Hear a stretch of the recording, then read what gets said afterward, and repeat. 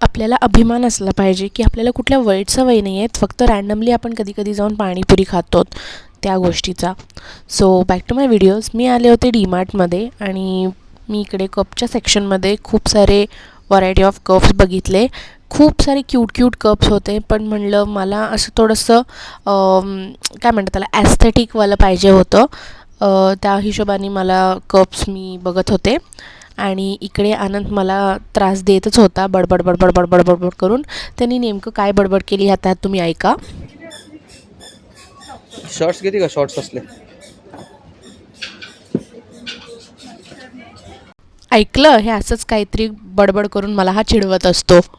आणि वय कितीही वाढू दे, कितीही मोठं होऊ दे, नवीन गोष्ट ट्राय करायचं जे एक्साइटमेंट असते ना, ती काय माझ्यातनं जात नाही.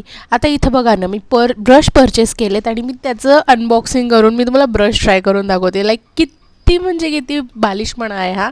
बट ठीक आहे, हेच छोटे छोटे मुमेंट्स सध्याला एक्साइटिंग आहेत. नाहीतर धावपळीच्या आयुष्यात असे छोटे छोटे मुमेंट जगायला विसरूनच जातो आपण.